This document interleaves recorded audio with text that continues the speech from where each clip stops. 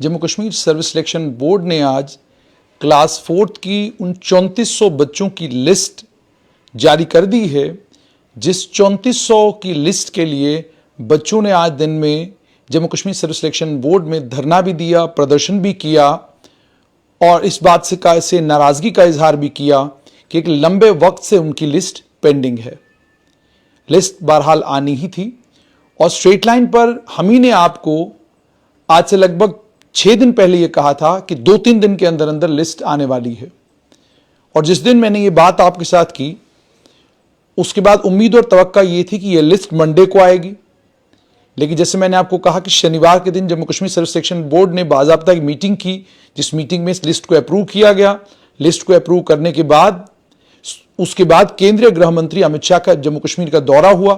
केंद्रीय गृह मंत्री के दौरे के दौरान लिस्ट रिलीज नहीं की गई और उसके बाद दुशहरा की छुट्टी आई और बीच में 3 दिन गुजर गए और इन 3 दिनों के अंदर अंदर स्टूडेंट्स ने, क्योंकि जाहिर सी बात है लिस्ट को लेकर बहुत सारे स्टूडेंट्स स्टेट लाइन को कॉल भी करते हैं और मैं जाती तौर पर बहुत सारे स्टूडेंट्स से बात करता हूं।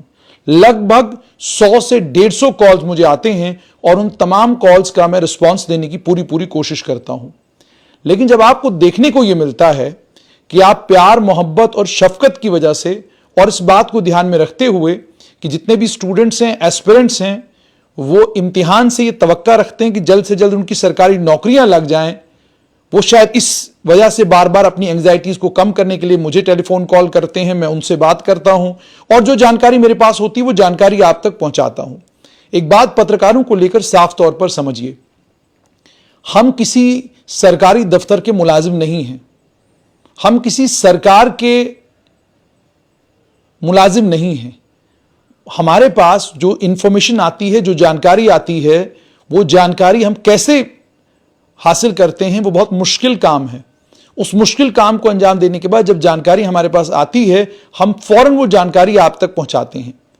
वो जानकारी Jammu Kashmir service selection board से आती हो, वो Jammu Kashmir general administration department से आती हो, सरकार से आती हो, कहीं से भी आती हो, जो भी जानकारी हमारे पास आती है वो जानकारी हम आपके साथ शेयर करते हैं। मकसद उस जानकारी को शेयर करने का क्या है? अगर केवल मात्र मकसद टीआरपी कमाना होता तो टीआरपी कमाने के बहुत सारे और तरीके हैं, जिन तरीकों का इस्तेमाल हम भी कर सकते हैं और उन तरीकों से अच्छी खासी टीआरपी हम लोग भी बटोर सकते हैं।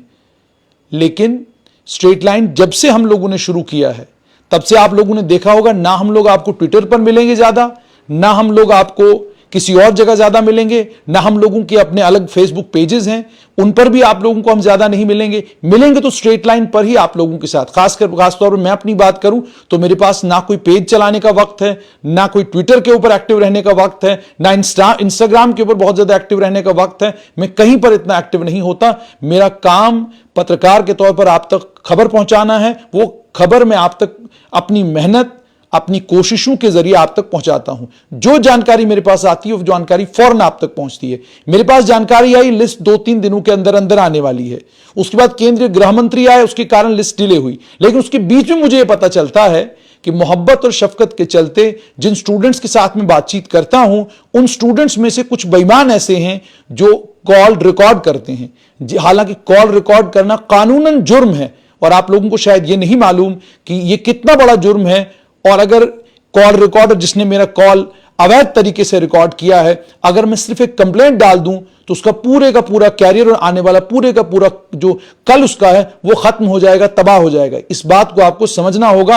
आप किसी भी आदमी की वॉइस रिकॉर्डिंग उसकी इजाजत के बगैर नहीं कर सकते हैं। वो वॉइस रिकॉर्डिंग आप करते हैं, उसके बाद आप व्हाट्सएप के ऊपर आकर बदतमीजियां करना शुरू हो जाते हैं। लड्डू कहां गए, लड्डू नहीं आए, लड्डू कब खाएंगे। बात समझने की कोशिश कीजिए। मोहब्बत और शफकत की वजह से मैं आपका फोन कॉल अटेंड करता हूं, वरना मुझे आपका फोन कॉल अटेंड करने की कोई जरूरत नहीं है, क्योंकि आप स्टूडेंट्स हैं, आप लोग पढ़ रहे हैं, मेहनत कर रहे हैं। कल आपने सरकारी मुलाजमत लेनी है, वहां पर आपने मेरा कोई भला नहीं करना। जो पंचायत अकाउंट असिस्टेंट में आज बच्चे काम कर रहे हैं, क्या वो हमारा कोई भला कर रहे हैं? वहां पर वो अपना काम कर रहे हैं। जो कानूनी तौर पर उनके लिए संभव होगा वो करेंगे, जो असंभव होगा वो किसी के लिए वो नहीं करेंगे। इसी तरीके से आप लोगों ने भी मुलाजमत अगर करनी है तो वो मुलाजमत आप लोगों ने केवल मात्र अपने लिए करनी है, वो मुलाजमत आपने मेरे लिए नहीं करनी है।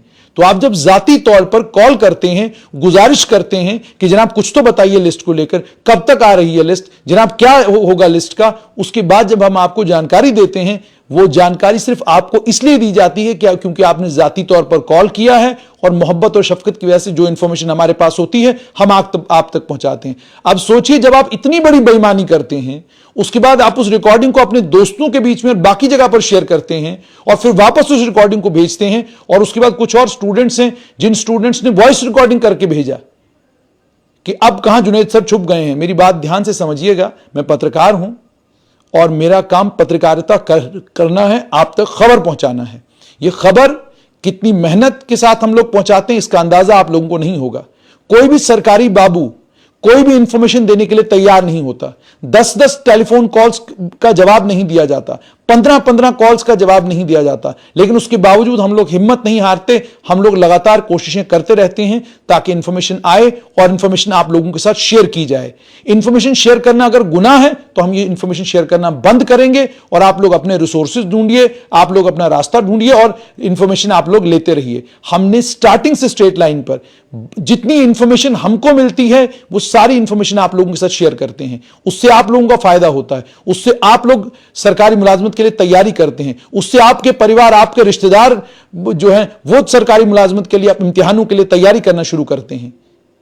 जब इस चीज को आपको भी समझना होगा कि क्लास 4th की लिस्ट नहीं आई थी, तो आपको याद होगा कि मैंने आपको कहा, उस वक्त भी आपका इशू बार बार रेज किया कि भाई क्यों क्लास 4th की लिस्ट को आप इतना डिले कर रहे हैं, 3400 बच्चों के फ्यूचर को आप लोग जो अंधकार में क्यों धकेल रहे हैं, क्यों आप लिस्ट को इतना डिले कर रहे हैं। फिर आपको बार बार यह बताया कि Jammu Kashmir service selection board में जो कुछ हुआ पीछे 3 इम्तिहानों को लेकर, उन इम्तिहानों के बाद जम्मू कश्मीर की सरकार ने पूरे बोर्ड में फेरबदल कर दिया, सारा स्टाफ चेंज कर दिया, मेंबर्स चेंज कर दिए, और पिछले दिनों भी आपने 2 दिन पहले देखा बाकी 4 मेंबरों को भी वहां से बदल दिया गया है, नए मेंबर्स वहां पर आए हैं। आने वाले दिनों में कुछ और बोर्ड के मेंबरान को तब्दील किया जा रहा है। बहुत सारी चीजें बोर्ड की, Jammu Kashmir service selection board में हो रही हैं। तो इसके बीच में इसी वजह से आपकी लिस्टें डिले हुई, आपकी लिस्टों को निकलने में वक्त लगा।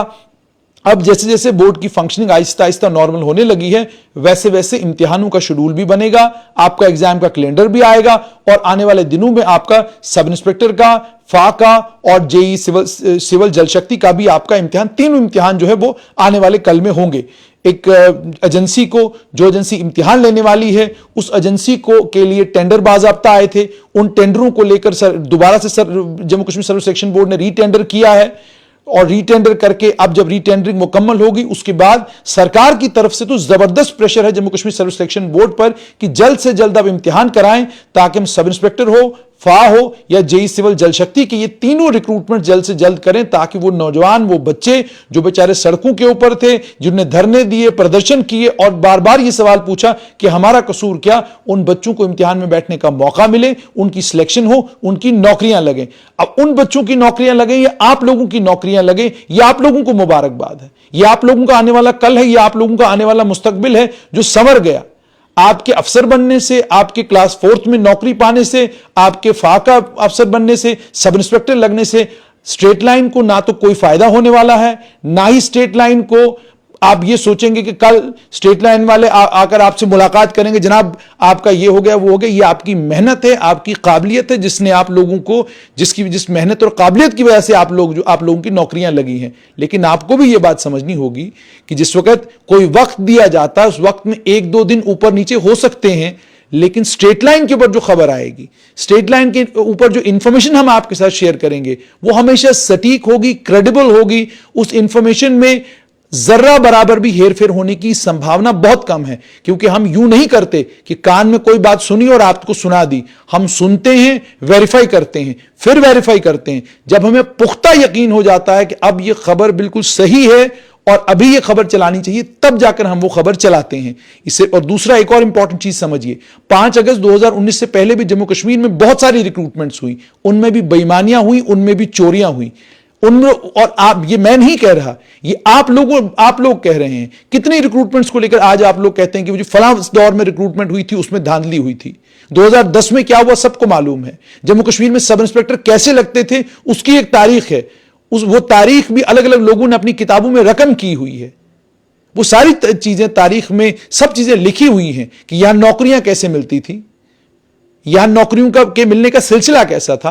5 अगस्त 2019 के बाद सिस्टम अगर ट्रांसपेरेंट होने लगे हैं, सिस्टम अगर बदलने लगे हैं, इन बदलते सिस्टमों में इंस्टीट्यूशनों को अगर साफ करने का काम हुकूमत कर रही है, तो मुझे ये बताइए कि हम आप तक वो खबरें क्यों ना पहुंचाएं जो हुकूमत कर रही है, या आपको वो कहते रहें जो किसी के प्रोपेगेंडे को, किसी के एजेंडे को आगे बढ़ाने का काम करता हो। इंस्टीट्यूशंस को साफ करने की कोशिश हुकूमत कर रही है। इसीलिए हुकूमत ने 3 बड़े बड़े इम्तिहान जो रद्द कर दिए। कोई हुकूमत दुनिया में ऐसा नहीं करती कि 3 बड़े इम्तिहान करे और उसमें बेजाब्तगियों का, चोरियों का उसको पता चले और फौरन हुकूमत उन एग्जाम्स को स्क्रैप करे। कोई दुनिया की हुकूमत नहीं करती। हर दुनिया की हुकूमत अपनी क्रेडिबिलिटी को बचाने के लिए किसी तरीके से कोई ना कोई रास्ता निकाल लाती है, लेकिन अगर हुकूमत ने किए तो इसको आप तक पहुंचाना क्या गलत है? इससे पहले कितने इम्तिहान जम्मू कश्मीर में रद्द किए गए, किन बुनियादों पर रद्द किए गए? अभी भी आज भी फायर एंड इमरजेंसी डिपार्टमेंट जो रिक्रूटमेंट हुई है, वो बच्चे आज भी सड़कों के ऊपर हैं कि जनाब हमारे इम्तिहानों में धांधली हुई है। अभी तक उसमें कोई प्रोब ऑर्डर नहीं किया गया। बहुत सारे ऐसे इम्तिहान जो हैं, अगर आप बीते वक्त में चले जाएंगे, बहुत कुछ ऐसा है जिस पर अगर बात करनी हम शुरू कर दें तो आप भी हैरान हो जाएंगे कि जम्मू कश्मीर में रिक्रूटमेंट का निजाम कैसा था। बिना कोई इम्तिहान दिए क्या जम्मू कश्मीर में सरकारी मुलाजिम टॉप पोजीशंस पर नहीं बैठे हैं? यह हकीकत है जम्मू कश्मीर की। इसलिए मेरी गुजारिश स्ट्रेट लाइन के माध्यम से आप सभी लोगों से यह है कि जब कोई इंफॉर्मेशन यहां पर आती है, वो टीआरपी के लिए नहीं होती, वो इंफॉर्मेशन किसी को गुमराह करने के लिए नहीं होती। वो इंफॉर्मेशन हम तक पहुंचती है, हमारी मेहनत से हम तक आती है, हम आप तक पहुंचाने का काम करते हैं। और आपने कहा सूत्र बेसिकली सोर्सेस को कहते हैं। अगर पत्रकारिता की लैंग्वेज और पत्रकारिता की जुबान आप लोगों को मालूम हो तो सोर्सेज सबसे ताकतवर जुबान है। यानी ये खबर आप तक जो पहुंचती है वो किसी सूत्र के जरिए पहुंचती है, किसी सोर्स के जरिए पहुंचती है।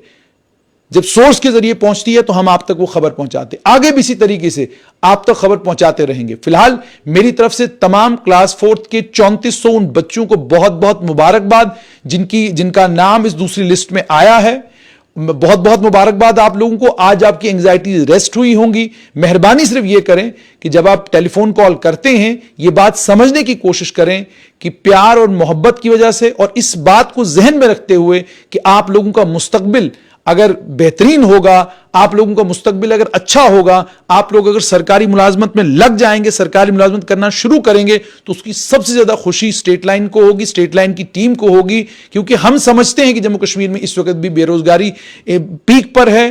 प्राइवेटाइजेशन जो है यहां पर वो नाम की है, नाम मात्र है प्राइवेटाइजेशन। उस प्राइवेटाइजेशन का कोई फायदा खातिर खा नौजवानों को नहीं है। आप लोग रात दिन मेहनतें करते हैं, आप लोग टेलीफोन कॉल्स करते हैं, फोन पे फोन करते हैं, पूछते हैं हमसे। हमें इस बात की भी खुशी होती है कि आप हम पर यकीन करते हैं, भरोसा करते हैं, इसीलिए बार बार आप हमसे पूछते हैं। नाराज होते हैं हमसे क्योंकि आपको हम पर यकीन है, भरोसा है। हम आपके इस भरोसे को कभी भी तोड़ने का काम नहीं करेंगे। कोशिश पूरी करेंगे कि जो खबर हम तक पहुंचे वो सटीक हो, वो बिल्कुल तथ्यों के आधार पर हो, तथ्यों के आधार पर खबर आप तक हम लोग पहुंचाएं। बहुत बहुत मुबारकबाद 3400 बच्चों को। आप मेहनत करिए। अब सब इंस्पेक्टर, फा और भी कई इम्तिहान जो आने वाले कल में होने वाले हैं, उनकी तैयारी करिए और थोड़ा अपने एंग्जाइटीज को रेस्ट करिए। और इस बात को भी समझिए कि हम लोग पत्रकार हैं, सरकारी मुलाजिम नहीं हैं।